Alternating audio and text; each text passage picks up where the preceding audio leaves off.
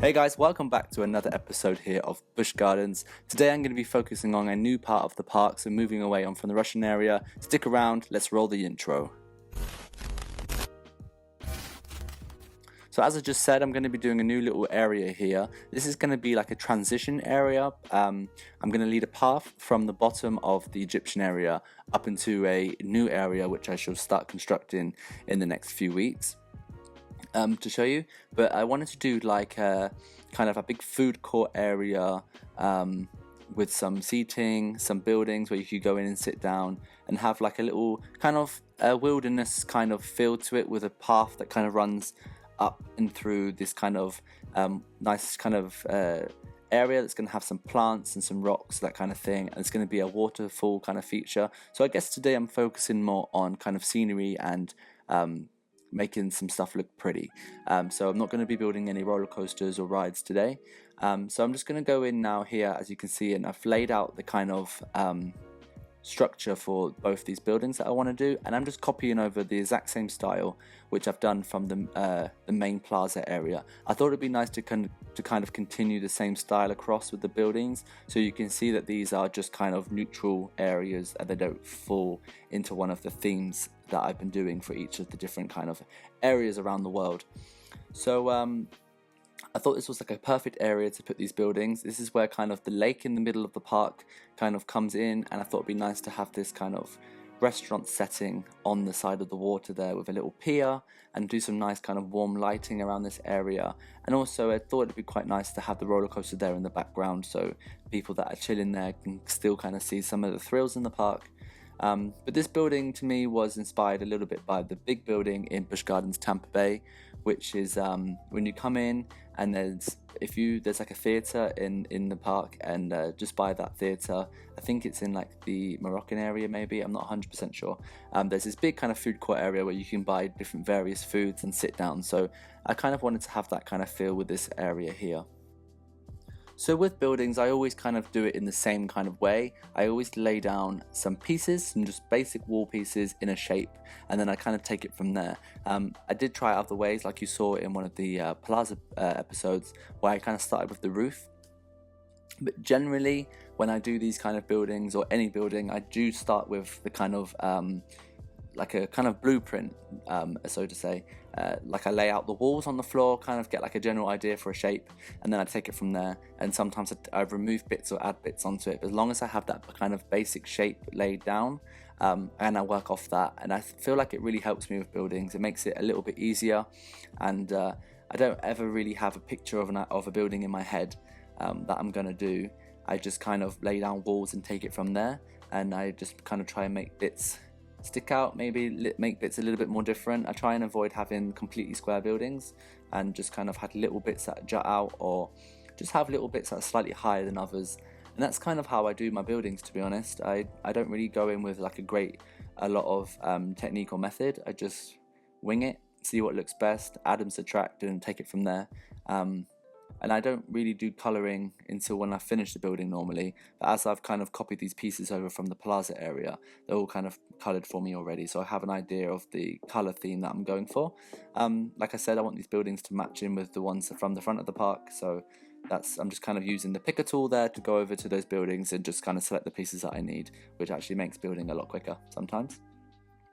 But yeah, as you can see, this building has a higher part in the middle, and the front of it juts out a little bit just to make it not so boring. And then I'm going to go around these buildings and add a lot of shrubbery and kind of block off the paths from the coaster, and have that coaster kind of there in the background. I feel like if this was going to be like a timeline park, these buildings would have been here first, and the launch coaster behind it would have been added in at a later date. So I kind of wanted it to look like these buildings were here before, and the coaster was designed to go around these buildings. So that's the idea that I'm going for with that. And I thought it'd be nice there. I don't do it in this video, but where the pier juts out there onto the water, I thought it'd be nice to add like a pedal boats ride. I don't know if any of the Busch Gardens parks actually has that kind of attraction, but I didn't really think it mattered too much, as it's just a small kind of pedal boat attraction, so it's not really anything too major. So I thought it'd be quite nice there to add that on the water, so I will go ahead and do that, but I don't do it on camera unfortunately.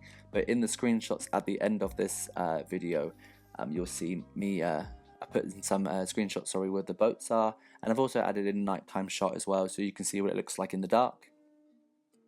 So now I'm just going to go around and fence off some of these areas. So I'm actually using the in-game walls here as fences, because I've used the brick fence wall far too much so far in this park, so I just want to do something a little bit different. And I've got this kind of like terrace area here, like a round one there, which I'm just using, but I'm just covering up the side there with some foliage because the curved path would actually cut off the whole area, if you know what I mean. But I think that'd be quite a nice area there to have some seating on. I'm just going to go in now and add some trees, kind of the same kind of trees I've been using throughout the park. I like to kind of stick to the same style when doing a park, and use the same trees and colours just so it all matches in. I don't like to suddenly start going for a different kind of variation. I mean, if you wanted to do different seasons in your park, you could definitely colour your trees in different colours. Like if you're doing autumns, you could do more kind of oranges and browns. And this, I've just gone for like a general kind of green with the trees here. I think if I was going to go in and do like a season, I would go in and recolour some of those trees to make it match a little bit more. But as I've said before, I've kind of gone for a this park will be British, it will be in England, and it will be Busch Gardens International, as I'm having lots of areas in the park that are going to be from different parts of the world rather than one area. And so I'm going to go in, I've done Russia, I've done Egypt, I've done Germany. I'm going to aim for a Japanese area, I'm going to aim for a Brazilian area and an American area. So I think that'd be quite a challenge, and I'm really looking forward to showing you me doing that. I've done some of it already, so I'm going to get on showing you the new areas soon in the next few videos, like I said. But yeah, this is why this is going to be an international Busch Gardens park, just because I didn't kind of just do one area. As you know, you have Busch Gardens Europe and Busch Gardens Africa in real life, and I have actually seen a Roller Coaster Tycoon 2 park, which is Busch Gardens Asia, which has lots of different Asian areas, different themed. You have, you know, like Thai and Japanese, Chinese, and Korean, all that kind of stuff. So that's a really good park. If you've ever seen that, check it out on the New Element Designs website. It's on there somewhere. So now I'm just doing a little footpath here over the water. I really wanted to make this waterfall nice and detailed, make it really look really growing with foliage and rocks, and have the water and everything running under the bridge, make it a nice special kind of photographic area if the guests were going to take photos. But this is also where the path joins from the bottom of the Egyptian area up into the next part of the park. I'm going to try and have a few more of these kind of single footpaths in the park. I'm going to do another one, I think, somewhere else, and kind of have like a forest trail through somewhere, so you link up areas, just to give it, like, I have the main paths and I have these little paths as well, which you can take, which I think would be a nice thing to do. And yeah, I'm just going to fence off these areas. I'm using the logs there as well as fences. I like doing that sometimes. It creates a different style fence that you don't really have already in the park. I have this a little bit in the Plaza as well, so again, tying the two areas together a little bit with the same style. But that is basically this area. I'm just going to jazz up this waterfall a little bit more, some terra painting, etc. But if you've enjoyed this video, give me a thumbs up, and subscribe if you haven't already, and stick around for more videos in the future. I try and get one out at least once a week. But I'm going to show you some screenshots now of what I've achieved this week, and see you all next time for another episode. Bye!